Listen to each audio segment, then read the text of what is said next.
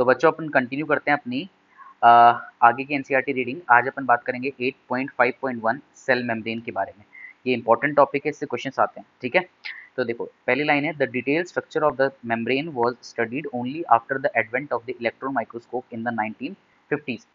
हमें cell membrane का detailed structure 1950 के बाद में समझ में आया, जब इलेक्ट्रॉन माइक्रोस्कोप की डिस्कवरी हो गई थी। देखो बेटा, 1950 से पहले प्रेजेंट था लाइट माइक्रोस्कोप। अब ये जो लाइट माइक्रोस्कोप है ना, इसकी लिमिटेशंस हैं। इसके अंदर हम बहुत ज़्यादा क्लियरली विजुलाइज नहीं कर सकते सेल ऑर्गेनेल्स को, सेल मेम्ब्रेन को, बाकी स्ट्रक्चर को। तो अगर हमें डिटेल स्ट्रक्चर की स्टडी करनी है तो हमें इलेक्ट्रॉन माइक्रोस्कोप की ज़रूरत है, जो कि ज़्यादा एडवांस है, और वो 1950 के बाद में डेवलप हुआ था। ठीक है, फिर बात ये आती है कि अच्छा, उससे पहले तक फिर हम मेम्ब्रेन की स्टडी कैसे कर रहे थे, कैसे मेम्ब्रेन का पॉसिबल स्ट्रक्चर बताने की कोशिश की जा रही थी। तो उसके एनसीईआरटी जवाब देती है, मीनवाइल मतलब उस दौरान chemical studies on the cell membrane, especially in the human red blood cell RBCs, enabled the scientists to deduce the possible structure of the plasma membrane। उस दौरान केमिकल स्टडीज कराई गई, केमिकल स्टडीज करी, और ये केमिकल स्टडी के through scientist ने plasma membrane का एक पॉसिबल स्ट्रक्चर बताया कि ऐसा कुछ होता होगा। अच्छा, अब केमिकल स्टडी करने के लिए मॉडल चूज किया गया mainly human red blood cell RBC को, और वो भी कौन सी बेटा, mature mammalian RBC, mature mammalian RBC. अब बात आती है कि सर इसी को क्यों लिया। देखो मैच्योर मैमेलियन आरबीसी, पहले बात देखो, कोई भी नॉर्मल सेल होती है ना, जैसे मैंने एक मान लो यहाँ पर एक सेल ली, तो उसके अंदर एक न्यूक्लियस होता है। ठीक है, उसके साथ साथ डिफरेंट सेल ऑर्गेनेल्स प्रेजेंट होते हैं। अब अगर हमें मेम्ब्रेन की स्टडी करनी है तो हमें मेम्ब्रेन को बाहर निकालना है, आइसोलेट करना है। तो उसको आइसोलेट करने के लिए केमिकल डाला जाता है, एसडीएस, सोडियम डोडिसाइल सल्फेट। ये मेम्ब्रेन को तोड़ देता है। लेकिन जब मेम्ब्रेन टूटती है तो सारी बायोलॉजिकल मेम्ब्रेन टूट जाती है, मतलब सेल मेम्ब्रेन के साथ साथ यहाँ पर ये माइटोकॉन्ड्रिया की मेम्ब्रेन भी टूट गई, न्यूक्लियस की मेम्ब्रेन भी टूट गई, मैं बोलूँ क्लोरोप्लास्ट की मेम्ब्रेन भी टूट गई, गोल्जी कॉम्प्लेक्स की मेम्ब्रेन भी टूट गई। और ये सारी मेम्ब्रेन क्योंकि लिपिड और प्रोटीन की बनी होती है, तो सारी आपस में मिक्स हो जाती हैं। अब हमें स्टडी तो करनी थी सेल मेम्ब्रेन की, लेकिन हम प्रॉपरली स्टडी नहीं कर सकते हैं। तो मैच्योर मैमेलियन आरबीसी चूज की जाती है, क्योंकि मैच्योर मैमेलियन आरबीसी के अंदर बेटा किसी तरह का कोई सेल ऑर्गेनेल नहीं होता, ये ई न्यूक्लिएटेड होती है, मतलब न्यूक्लियस भी प्रेजेंट नहीं होता। अब अगर मैं इस पर सोडियम डोडिसाइल सल्फेट डालूंगा, तो बताओ सिर्फ और सिर्फ कौन सी मेम्ब्रेन सेपरेट होगी, सेल मेम्ब्रेन। तो क्या इसके अंदर हम प्रॉपरली स्टडी कर पाएंगे, बिल्कुल, जबकि नॉर्मल किसी सेल में प्रॉपर स्टडी पॉसिबल नहीं है। ठीक है, लाइन समझ में आई। तो हम बोलेंगे 1950 के बाद तो इलेक्ट्रॉन माइक्रोस्कोप से स्ट्रक्चर समझ में आई, उससे पहले पॉसिबल स्ट्रक्चर डिड्यूस मतलब पता करने के लिए केमिकल स्टडीज करी गई। स्टडी करने के लिए मॉडल था मैच्योर मैमेलियन आरबीसी। और ये कौन सी स्टडीज थी, केमिकल स्टडीज थी, केमिकल डाले गए जैसे एसडीएस। ठीक है, आगे, these studies showed that the cell membrane is mainly compose of lipids and proteins. वही बात, इस स्टडी से क्या पता चला कि मेनली सेल मेम्ब्रेन के अंदर दो चीजें होती हैं, लिपिड और protein. The major lipid are phospholipids that are arranged in a bilayer. अच्छा, अब देखो बेटा, मेनली लिपिड और प्रोटीन के बना होता है, और लिपिड के अंदर भी कौन सा लिपिड होता है, मेन फॉस्फोलिपिड, जो कि बाइलेयर की फॉर्म में अरेंज होता है। देखो ये इस तरह से एक फॉस्फोलिपिड का मॉलिक्यूल है। तो ऐसे बहुत सारे फॉस्फोलिपिड्स अरेंज होते हैं बाइलेयर की फॉर्म में, जैसे ये तो एक लेयर हो गई, ये तो लेयर नंबर 1 हो गई, और इस तरह से दूसरी लेयर होती है। तो बाइलेयर की फॉर्म में इस तरह से फॉस्फोलिपिड्स अरेंज होते हैं। अगर मैं इस फॉस्फोलिपिड की बेसिक सी स्ट्रक्चर आपको बताऊं, तो बेटा ये जो फॉस्फोलिपिड है ना, फॉस्फोलिपिड के अंदर एक हाइड्रोफिलिक हेड होता है, और एक हाइड्रोफोबिक टेल होती है। देखो ये फॉस्फोलिपिड है, ये हो गया आपका हाइड्रोफिलिक हेड, हाइड्रोफिलिक हेड, और ये हो गई हाइड्रोफोबिक टेल। ये जो हाइड्रोफिलिक, हाइड्रो मतलब वाटर, फिलिक मतलब लविंग, तो वाटर लविंग हेड है, वाटर की तरफ मूव करता है, जबकि हाइड्रोफोबिक जो टेल है वो वाटर हीटिंग टेल है, वाटर से डरने वाली है, तो पानी से दूर भागेगी। अब क्योंकि इसके पास दोनों नेचर है, हाइड्रोफिलिक नेचर भी है, हाइड्रोफोबिक नेचर भी है, इसलिए जो फॉस्फोलिपिड है उसके लिए हम एक टर्म यूज करते हैं, एम्फीपेथिक। एम्फी का मतलब होता है बेटा बायोलॉजी में डुअल, तो इसके पास दो नेचर है ना, फिलिक भी और फोबिक भी, इसलिए इसको एम्फीपेथिक मॉलिक्यूल बोलते हैं। तो इस तरह से फॉस्फोलिपिड्स बाइलेयर की फॉर्म में अरेंज होते हैं। देखो बाइलेयर की फॉर्म में अरेंज है, ठीक है, और ये मैंने बोला ये लेयर है बाइलेयर की फॉर्म में। ये सेल का आउटसाइड हो गया, ये सेल आउटसाइड, और ये हो गया साइटोप्लाज्म। ठीक है, एक चीज और याद रखना बेटा, सेल के बाहर भी पानी पानी पानी है, क्या है, पानी पानी पानी, और सेल के अंदर भी पानी पानी पानी है। अब हमने इतना अभी जाना कि जो हाइड्रोफोबिक टेल है वो पानी से दूर भागती है, पानी से बचा के रखना पड़ेगा इसको, जबकि हाइड्रोफिलिक हेड को कोई दिक्कत नहीं है। तो देखो ओरिएंटेशन किस तरह से करी है हमने, ओरिएंटेशन इस तरह से करी है कि जो हाइड्रोफिलिक हेड है वो हमेशा पानी के कांटेक्ट में रहेगा, देखो ये वाटर के कांटेक्ट में, लेकिन जो टेल है उसको बीच में कर दिया। इससे क्या हुआ, ये पानी के डायरेक्ट कांटेक्ट से बच गई। अब पानी के डायरेक्ट कांटेक्ट से बच गई तो ये आसानी से यहाँ पर एग्जिस्ट कर सकती है। तो इस तरह से अरेंजमेंट होता है, वरना अरेंजमेंट तो बेटा ऐसा भी हो सकता था ना। लेकिन अगर ऐसा अरेंजमेंट होता तो बताओ, ये वाटर के कांटेक्ट में आ जाती डायरेक्ट। अच्छा, अरेंजमेंट तो शायद ऐसा भी हो सकता था, है ना, लेकिन जैसे ऐसे अरेंजमेंट होता तो भी ये पानी के डायरेक्ट कांटेक्ट में आ जाती, क्योंकि अंदर भी पानी है बाहर भी पानी है। ऐसा अरेंजमेंट ना होकर के इस तरह का अरेंजमेंट किया गया, और ये अरेंजमेंट करने से फायदा क्या हुआ, जो हाइड्रोफोबिक ये जो टेल थी ये वाटर के कांटेक्ट में नहीं आई। इसी चीज को आपके एनसीईआरटी आगे लिखती है, देखो also the lipids are arranged within the membrane with the polar head मतलब hydrophilic head toward the outer side. ये देखो ये बाहर की तरफ है, ये hydrophilic head, polar head outside है, it's toward the outer side and the hydrophobic tail towards the inner part, वो tail inner part पे है। This ensure that the non-polar tail of saturated hydrocarbon is protected from the aqueous environment। इससे ये फायदा होता है कि जो नॉन पोलर टेल है वो वाटर से बच जाती है, एक्वस एनवायरनमेंट से बच जाती है। ठीक है, अच्छा अब इस लाइन के अंदर आपकी एनसीईआरटी ने एक चीज लिखी है, देखो this ensures that the non polar tail, है ना, this ensures that the non polar tail of saturated hydrocarbons. Saturated hydrocarbon का मतलब क्या हुआ, देखो ये जो फॉस्फोलिपिड है ना बेटा, इसके अंदर ये टेल होती है इस तरह से। अब ये टेल सैचुरेटेड हाइड्रोकार्बन मतलब कार्बन कार्बन के बीच में ओनली सिंगल बॉन्ड। तो जैसे ये कार्बन कार्बन है, ये सारे कॉर्नर कार्बन को रिप्रेजेंट कर रहे हैं, तो इनके बीच में सिंगल बॉन्ड है। ठीक है, तो ये सैचुरेटेड हाइड्रोकार्बन की टेल हो गई। आपके एनसीईआरटी ने सिर्फ सैचुरेटेड की बात करी है, लेकिन बेटा यहाँ पर हम ऐड कर सकते हैं एंड अनसैचुरेटेड हाइड्रोकार्बन। तो अगर स्टेटमेंट आ जाए ना तो अनसैचुरेटेड को सही मानना है, ऐसा क्यों, क्योंकि बेटा यहाँ पर सैचुरेटेड हाइड्रोकार्बन तो होते ही हैं, लेकिन कहीं कहीं जगह पर टेल के अंदर डबल बॉन्ड भी प्रेजेंट होता है।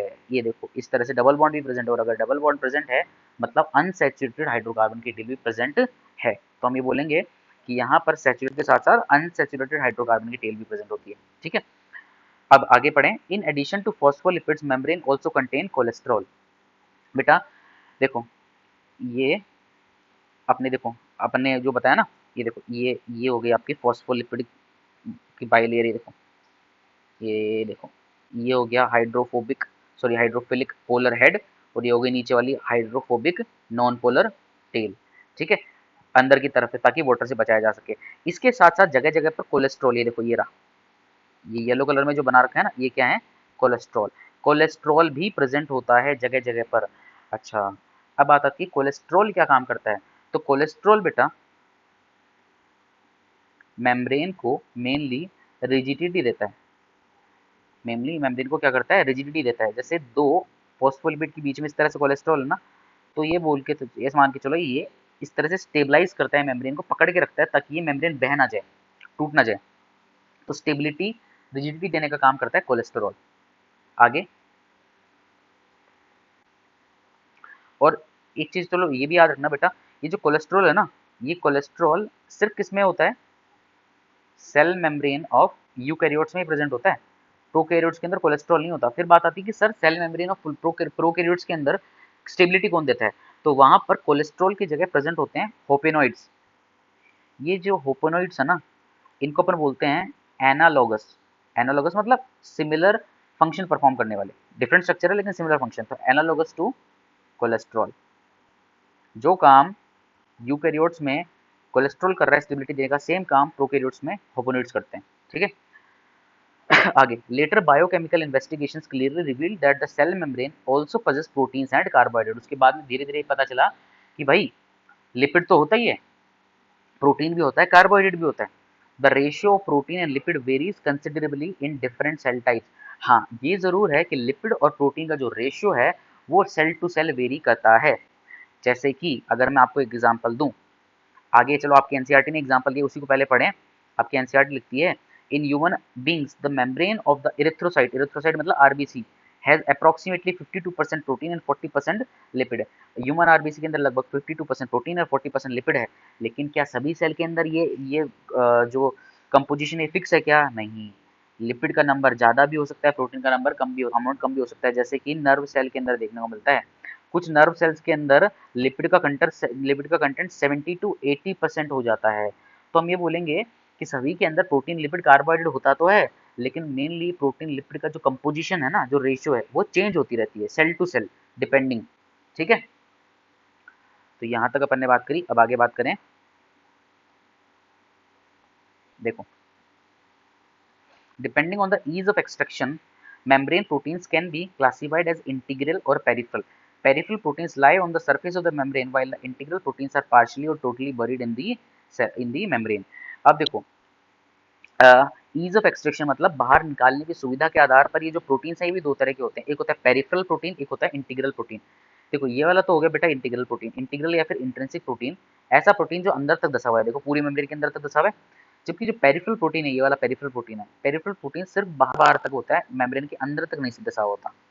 ठीक है, इसको अगर मैं और अच्छे से आपके लिए समझाऊं तो देखो, अपन थोड़ा इसको और अच्छे से समझते हैं। देखो, अगर मैं बात करूँ ना बेटा, ये प्रोटीन है, तो प्रोटीन को अपन दो पार्ट में क्लासिफाई करते हैं। एक होता है इंट्रिंसिक या फिर इंटीग्रल प्रोटीन, दूसरा होता है एक्सट्रिंसिक और एक्सटर्नल प्रोटीन। इंटीग्रल प्रोटीन बोल रहे हैं, फिर इंटरनल प्रोटीन बोल लो। ठीक है, एक्सट्रिंसिक और एक्सटर्नल प्रोटीन्स। इंट्रिंसिक प्रोटीन अंदर तो धसे होते हैं, अभी जो इंट्रिंसिक है ना,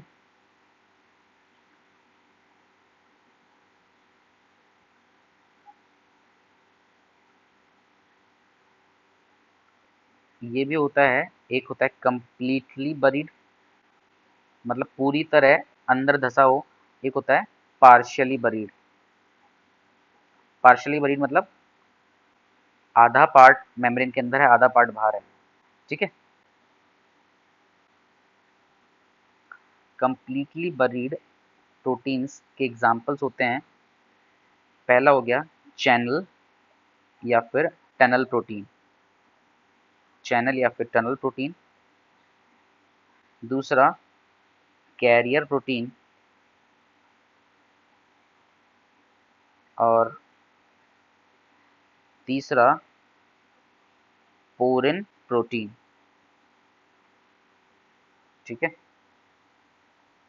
ठीक। अब देखो इसको समझाता हूँ मैं, चलो मैं यहाँ पर आपके सामने सेल मेम्ब्रेन का एक रफ डायग्राम बना रहा हूँ। ये मैंने देखो फॉस्फोलिपिड बना दिया, बना दिया। अब फॉस्फोलिपिड के बीच बीच में जगह जगह पर कोलेस्ट्रॉल बनाते हैं, चलो। तो ये मैंने जगह जगह पर, एक मिनट,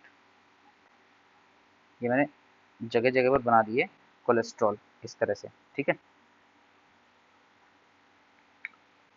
फॉस्फोलिपिड की बाई लेयर बनानी है अपन को, तो ये दो लेयर्स बना दिए अपन ने।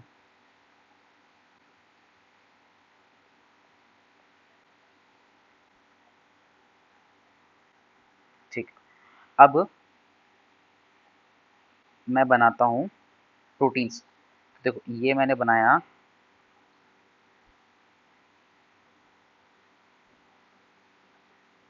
एक प्रोटीन, ये मैंने बना दिया दूसरा प्रोटीन। ठीक है, ये मैंने बना दिया तीसरे टाइप का प्रोटीन।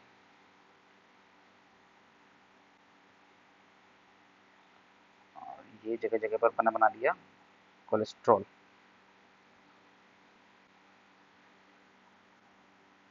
ठीक है, और एक और प्रोटीन बना देते हैं अपन, एक और टाइप का।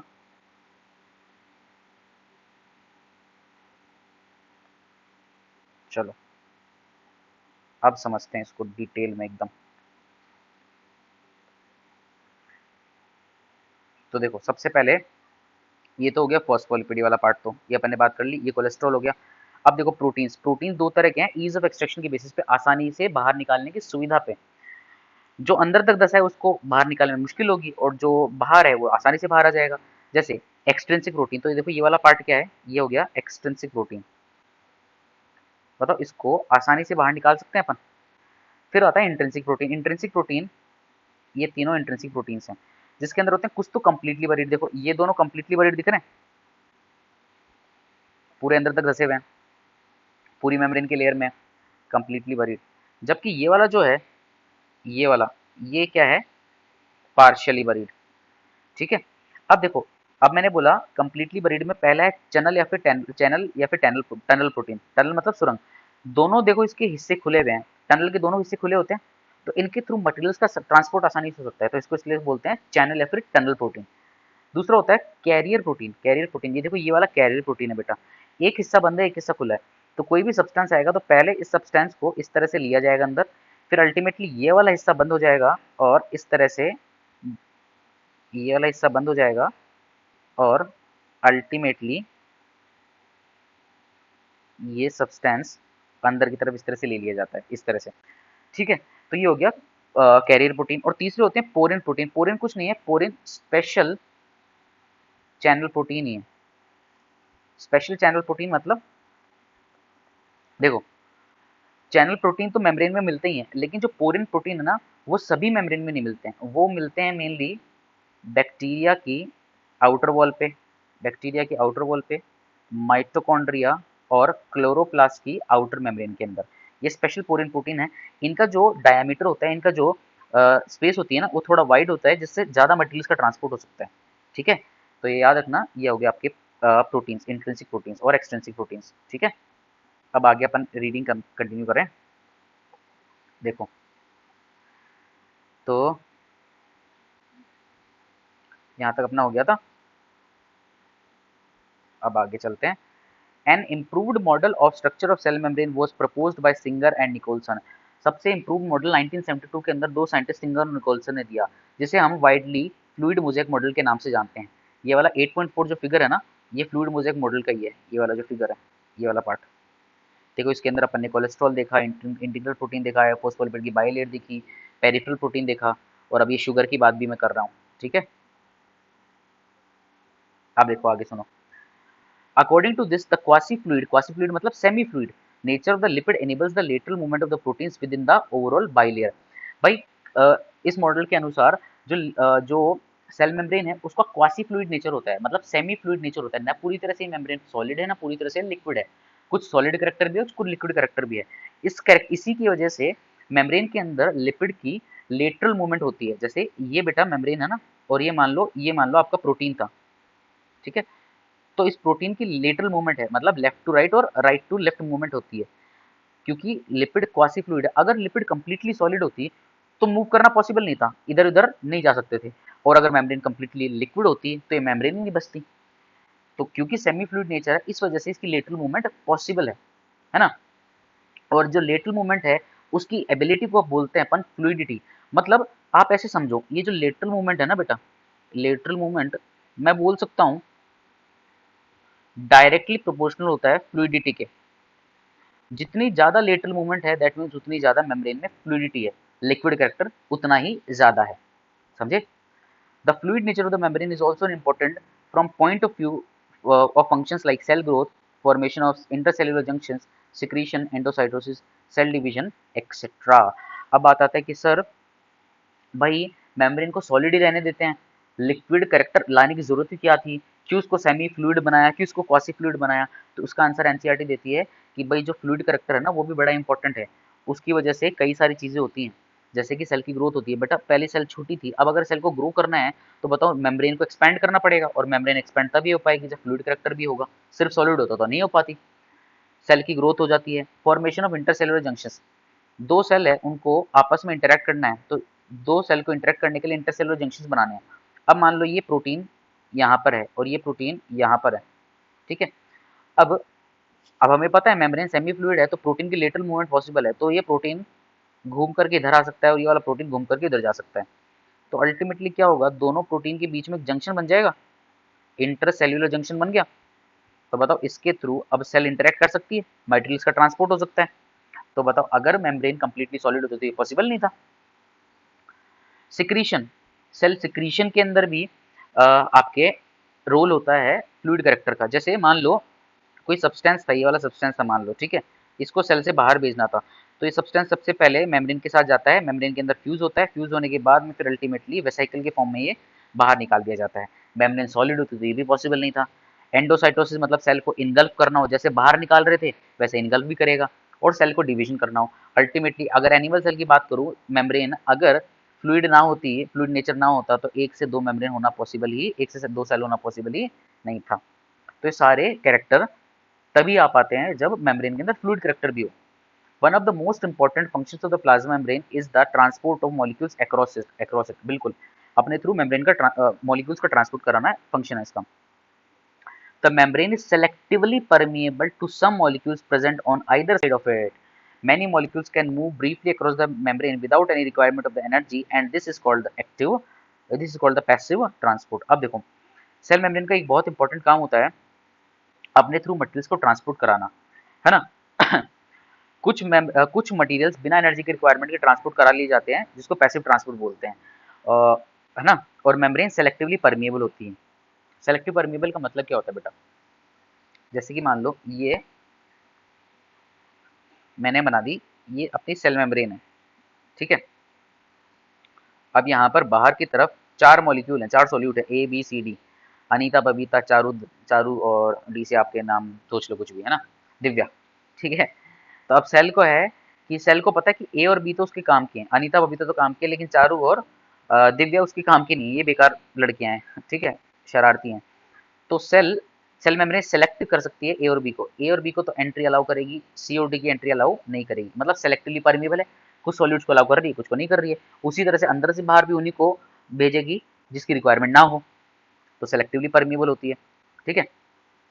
अब एक्टिव और पैसिव ट्रांसपोर्ट क्या होता है समझ लेते हैं। देखो इधर आओ, दो तरह का ट्रांसपोर्ट होता है, अगर मैं बताऊं यहीं पे आपको,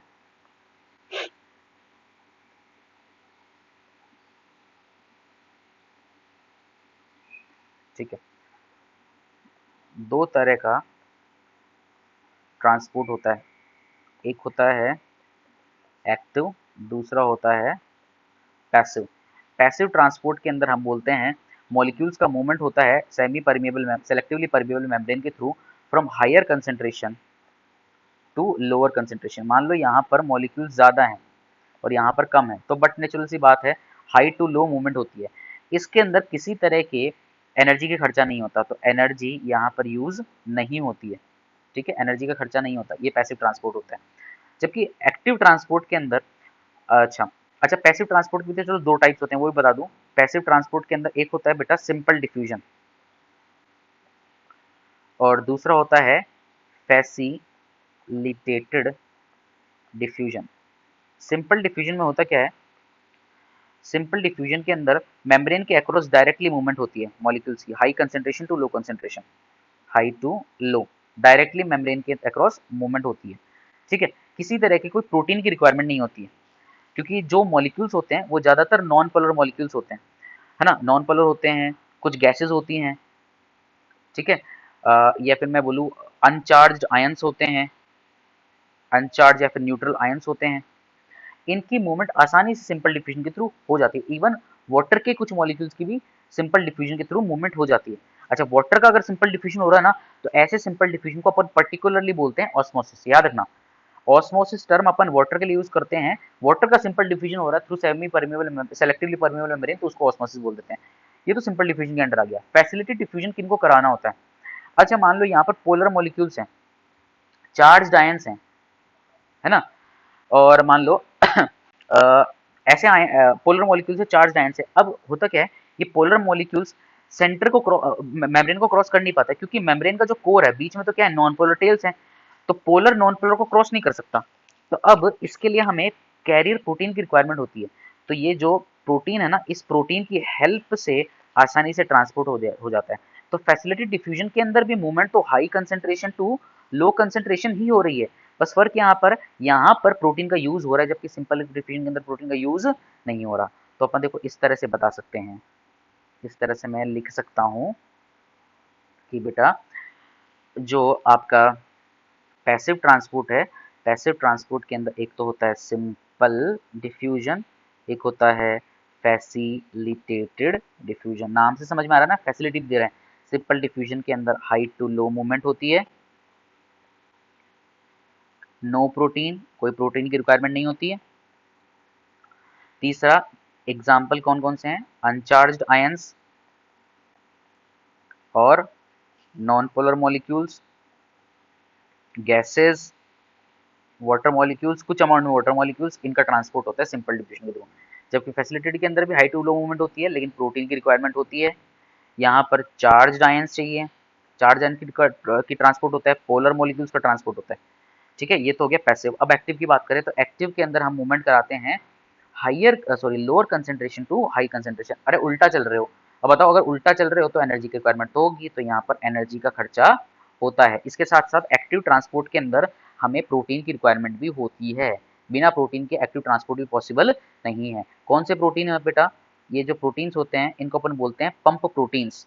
पंप का काम ही होता है कम से ज़्यादा तक ले जाना। तो जैसे कि सोडियम पोटेशियम पंप हो गया, ठीक है, हाइड्रोजन पंप हो गया, ये सारे पंप प्रोटीन्स एक्टिव ट्रांसपोर्ट कराते हैं। तो ट्रांसपोर्ट समझ में आया। अब इसी को थोड़ा और अच्छे से आगे पढ़ लेते हैं। देखो, न्यूट्रल सॉल्यूट्स मतलब uncharged ions may move across the membrane by the process of simple diffusion, जैसे अपन ने बात करी, अलोंग द कंसंट्रेशन ग्रेडियंट मतलब high concentration to lower. Water may also move across this membrane from higher concentration to lower concentration. Movement of water by diffusion is called osmosis. Higher concentration to lower concentration अगर water की movement हो रही है तो selectively permeable membrane, तो इसे बोलते हैं osmosis। और बेटा हमेशा याद रखना, osmosis के थ्रू बहुत ज़्यादा water molecule ट्रांसपोर्ट नहीं होते हैं। osmosis के थ्रू बहुत कुछ मॉलिक्यूल यहाँ पे ट्रांसपोर्ट होते हैं। अगर वाटर का बल्क ट्रांसपोर्ट कराना होता है तो याद रखना, बल्क ट्रांसपोर्ट के अंदर स्पेशल एक्वापोरेंस की यूज होती है, जो आपको बाद में पढ़ाया जाएगा। अभी बस इतना याद रखो, वाटर का भी ट्रांसपोर्ट डिफ्यूजन के थ्रू होता है ऑस्मोसिस के अंदर, ठीक है। लेकिन बल्क ट्रांसपोर्ट एक्वापोरिन प्रोटीन्स की वजह से होता है। आ जाओ, as the polar molecule can not pass through the non polar lipid bilayer, जो मैंने आपको कहा था, they require carrier protein. Carrier protein की रिक्वायरमेंट होती है to facilitate their transport across the membrane. उसके साथ साथ अ फ्यू आयंस मतलब charge molecules are transported across the membrane against their concentration gradient. Charge molecules को अगेंस्ट कंसंट्रेशन ग्रेडियंट ट्रांसपोर्ट अगर कराना है लोअर टू हायर कंसंट्रेशन के अंदर, सच ट्रांसपोर्ट इज एनर्जी डिपेंडेंट, तो इसमें एनर्जी खर्च होती है, एटीपी का खर्चा होता है, and it is called active transport, जैसे कि सोडियम पोटेशियम पंप। इसके साथ साथ अपन लिख सकते हैं हाइड्रोजन या फिर प्रोटोन पंप, ठीक है। तो सेल मेम्ब्रेन मैंने आपको एनसीईआरटी की लाइन बाय लाइन समझा दी है, शायद ऐसी कोई लाइन नहीं होगी जो एक्सप्लेन ना करी हो या जिसकी डिटेलिंग मैंने आपको ना दी हो, ठीक है। फिर भी अगर आपको कोई डाउट रहता है, किसी तरह का कोई क्वेश्चन आता है आपके दिमाग में, तो आप कमेंट बॉक्स में बिल्कुल क्वेश्चन लिखो, मैं आपका आंसर करूंगा। तो सेल वॉल की बात अपन करेंगे नेक्स्ट क्लास में।